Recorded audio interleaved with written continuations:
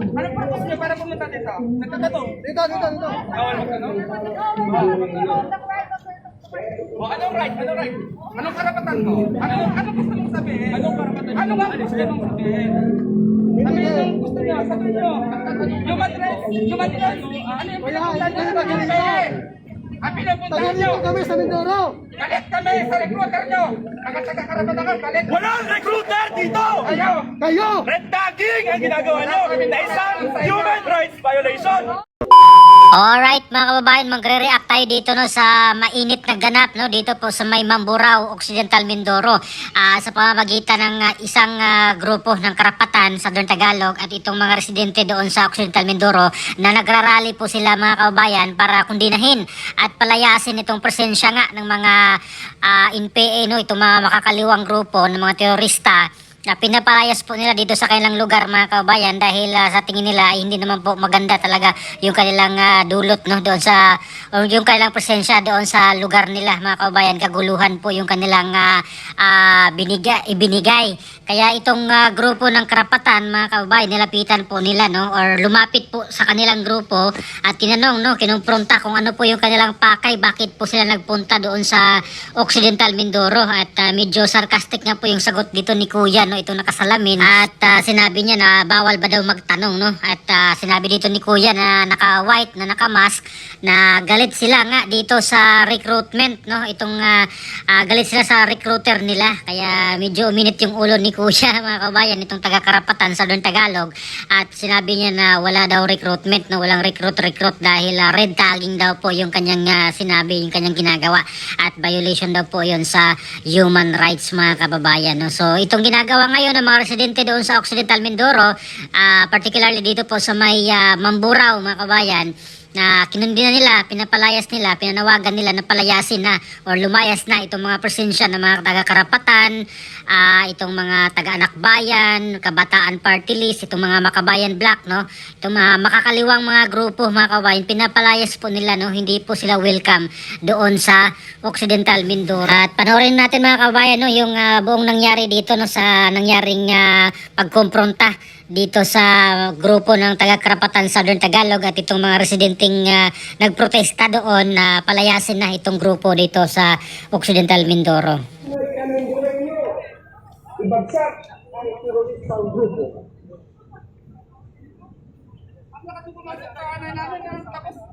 Mga kababayan natin, ay kay tahimik at maayos lagayan.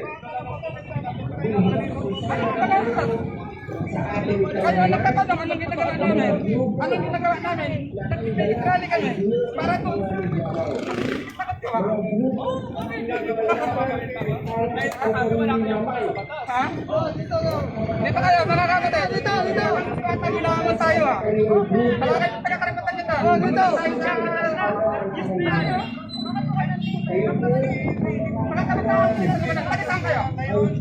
Taga-saan kayo? Taga-saan kayo? Taga-saan niya kayo? Bakit kayo pumunta sa panay namin? Hindi ako pumunta sa panay. Lagi mo sa laas. Nandun ka sa kabila. Bakit kayo pumunta dito? Bawal kami, bawal? Bawal? Abo. Bawal? Anong purpose niyo para pumunta dito? Nagtatanong? Dito. Bawal magtanong? Bawal magtanong? O, anong right? Anong karapatan mo? Anong gusto mong sabihin? Anong karapatan mo? Ano nga gusto mong sabihin? Sabihin yung gusto niyo, sabihin niyo. Human rights, ano yung pinapuntahan niyo sa Bagay? Ang pinapuntahan niyo. Tagalitan kami sa Mindoro. Galit kami sa recruiter niyo. Ang taga-karapatan ka, galit. Walang recruiter dito! Ayaw. Kayo! Red tagging ang ginagawa nyo na isang human rights violation! Okay na, mga kababayan. Kita niyo. Ito, sila ay pumunta dito para tuloy. Mike. Ito ba, mga kababayan? Sa gitna ng labanan, andyan ang karapatan. Ayan, Sino lamang kasinungalingan. Sila yung grupo ang ay sumira at guluhin ang katahimikan ng bayan. Kaibigan, mga kababayan, mapapatid po natin yung grupo. Ayun, sige!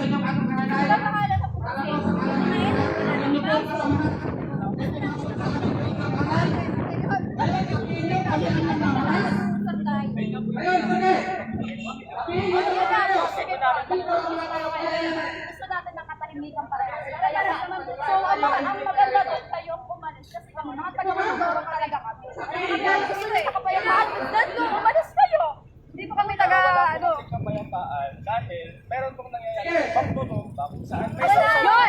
Kasi yung bomba, ano, kung may bomba, lahat ng tao, natatakot na lahat ng tao, nag-alis na. Kasi yung bomba. Palang po tayo. Nagkausap po tayo ng matino dito. Meron pong tumatay dahil sa pamumuno. Ayun po yung Para sa aming nanay. Ay, bay, gusto niyo ba karasan? Bakit ka pinatas para sa aming nanay? Gusto niyo lang karasan? Alam ko karapatan kayo. Kung wala talagang mga dayo dito, wala tahimik. Mga kababayan, kayo na po umusga.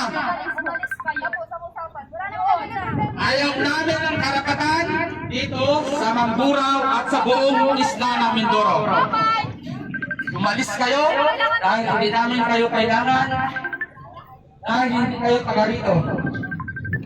Huwag niyong pakailanganan ng aming karapatan kung anong gusto namin sabihin, dahil hindi namin kayo pinapakalanan.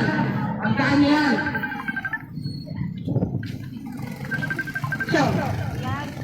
Yan ang taga-karapatan. Walang respeto sa karapatan ng tao. Sayang lang, tinawag pa yung karapatan. nakasama namin ang mga katutubo na kung saan nila para sa Kaya na, kanila ang humusga, mas matapang ka. para sa ikabubuti Mas matapang ka sa kanilang mga amo. at mga reporter na katulad nito Ang kanilang ginagawa. Salvation Tagalog. Na sila mismo ang pumasok sa ating hanay para Sila pa ang mas matapang sa ating pamahalaan. Samantalang, pagwag din natin silang sibilyan. Yan ba, tinuturo na impay sa inyo? magsalita dahil sa pangyayaring ito. Wala kayong awa para kami ay puntahan nyo at harasin ang aming nanay. Narito ang mga kababayan natin sa Occidental Mindoro dito sa bayan ng Mamburao. Kaya patay! Southern Tagalog sa Mindoro! Anak bayan! Palayasin! Walang mudo! Anak bayan sa Mindoro! Walang mudo! NPA sa Mindoro! Palayasin! Salat sa Mindoro! At galit na nga mga kabayan itong mga residente dyan sa may Occidental Mindoro dito po sa mga makakaliwang grupo, no. Pinapalayas nila na dito sa kanilang lugar. Hindi na po welcome itong mga salot na mga makakaliwang grupo dahil yun nga yung nangyari dyan sa kanilang lugar, nagkagulo dahil sa kanila mga kabayan.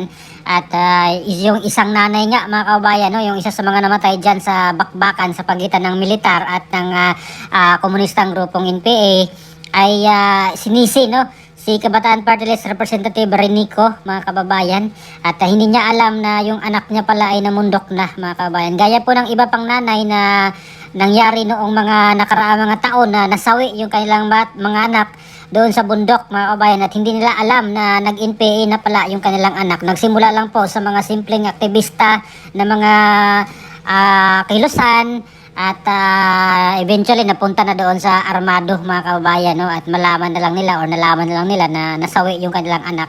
So inakala nila nag-aral yung kanilang anak, kaya napaka po talaga mga kababayan, kailangan po talagang bantayan din ng mga parents, no, yung kanilang mga anak, lalo na yung mga nag-aaral dito sa Maynila or sa Manila area at medyo malayo yung kanilang lugar na nagbo-boarding lang dito. So kailangan po talaga i-monitor mga kababayan para sa akin, no, para maiwasan yung ganitong klaseng pagre-recruit ng mga anak ninyo, no. Kailangan nakabantay kayo dyan. Kung pwede 24 hours, no, alamin nyo lahat ng mga pinagagawa ng mga anak nyo. Baka mamaya ay mapunta na doon sa bundok, no, na kunwari may immersion, mga ganyan, may mga outreach program mga kababayan doon sa bundok. Ayun na pala mga kababayan, NPA na pala, at huli na ang lahat ng malaman ng mga magulang na nainkwentro na or nasawi doon sa inkwentro sa pagitan ng mga militar. Kaya kawawa po talaga mga kababayan. Hindi lang yung bata, mismo yung yung parents din kawawa, dahil hindi po biro yung paggastos mga kababayan, no, ng pag-aaral nila. At yun malaman-laman, napunta lang doon sa bundok, nag-NPA na mga kababayan, na brainwash na yung kailang mga anak dito po sa mga komunistang grupo. Kaya kaninang hapon mga kababayan din, nagsagawa ng protesta, nagrally din doon no, sa Camp Kapinpin sa Tanay Rizal. Itong grupo ng Kabataan Party List, Anak Bayan, ACT Teachers Party List, no, si Congressman Antonio Tenyo ay nagsasalita rin doon sa labas ng Camp Kapinpin na pinanawagan nila na ilabas nga po itong si Chantal Aninoche or Anicoche mga kababayan, dahil hindi pa daw pinarelease or hindi daw inilabas ng army mga kababayan. Yung po yung kanilang hinahanap, yung kanilang pakay doon sa Camp Kapinpin sa Tanay Rizal. At meron din po nagprotesta sa kanila doon na hindi po sila welcome. Pinapalayas po sila doon sa may Rizal mga kababayan no, sa Tanay. May grupo rin po doon na nagprotesta laban sa kanila na hindi sila welcome. At para po sa aking opinion dito mga kababayan, no, mukhang sirang-sira na no, itong Makabayan Black mga kababayan, dahil halos lahat ng tao ay alam na po yung kanilang kulay, yung kanilang pinaglalaban na anti-corruption, anti doon sa mga inaapi at lahat-lahat ng mga karahasan, mga ganyan. Pero talaga namang mapagkunwari mga kababayan, no?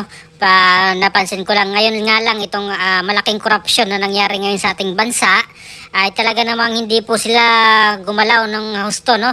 Yung kailang pinaglalaban ng mga anti-corruption, mga ganyan, doon lang naman po sila nang iingay masyado dito sa mga Duterte, no? Particularly dito kay BP Sara. Samantalang dito sa mga bilyon-bilyon na mga flood control corruption ay hindi po sila ganong kaingay hindi ganun kaingay kumpara doon sa confidential funds si BP Sara ng 125 million mga kababayan. So dito pa lang red flag na mga kababayan, no, itong Makabayan Black na pinagmamalaki, champion daw po sila sa mga anti-corruption ng mga taga-gobyerno. Pero tahimik po sila pagdating dito sa bilyon-bilyon at trilyon pa nga mga kababayan ng mga insertion ng mga kasamahan din po nila dyan sa Kongreso. So talagang ganito ang kulay mga kababayan ng Makabayan Black, na tahimik sila dito sa totoong malakihang korupsyon na nangyari ngayon sa ating bansa, no. Pero dito sa mga Duterte na kaaway nila ay talaga namang halos na lang durugin nila ng husto, no, si VP Sara dito sa confidential funds na 125 million. At alam naman po ng lahat na ginagawa nila yan yung impeachment complaint, no, laban kay VP Sara ay dahil ayaw nilang patakbuhin sa 2028. Kasi pag si VP Sara manalo sa 2028 ay ubos po ang mga NPA mga kabayan sa 2028. Just like po doon sa nangyari sa Davao, no? Nung mayor po si VP Sara dito sa Davao City ay talaga namang na-wipe out niya itong mga NPA, no, doon sa Davao City mga kabayan, no? At matandaan natin na talagang pugad din po ng mga NPA itong mga bundok na area dyan sa Davao, sa Pakibato, sa Marilog. Talaga namang hindi ka makapasok basta-basta dyan dahil nandyan yung kampo ng mga NPA noon. Pero ngayon mga kababayan ay maganda na yung lugar, may kalsada na at anytime pwede ka nang umakyat doon mga kababayan dahil wala na nga po yung NPA, no, sa lugar na iyon. Kaya yan po siguro yung kinatakutan ng Makabayan Black na once si BP Sara ay maging presidente sa 2028 hanggang 2034 ay delikado po sila, baka ma-wipe out po sila mga kababayan, no. Kasi alam na si BP Sara talaga pag siya yung kumilos, no, mga kababayan, no, mas dinaig niya pa yung kanyang tatay na si dating Pangulong Duterte mga kababayan pagdating po sa mga bagay na iyan, no. Kaya galit na galit po itong mga Makabayan Black sa kanya. So ano po masasabi niyo dito sa pagpapalayas, no, ng grupong Karapatan at iba pa mga kabayan dyan sa Mindoro, no, na pinapalayas na po sila ng mga residente doon. So please comment down below. Maraming salamat. God bless po sa ating lahat.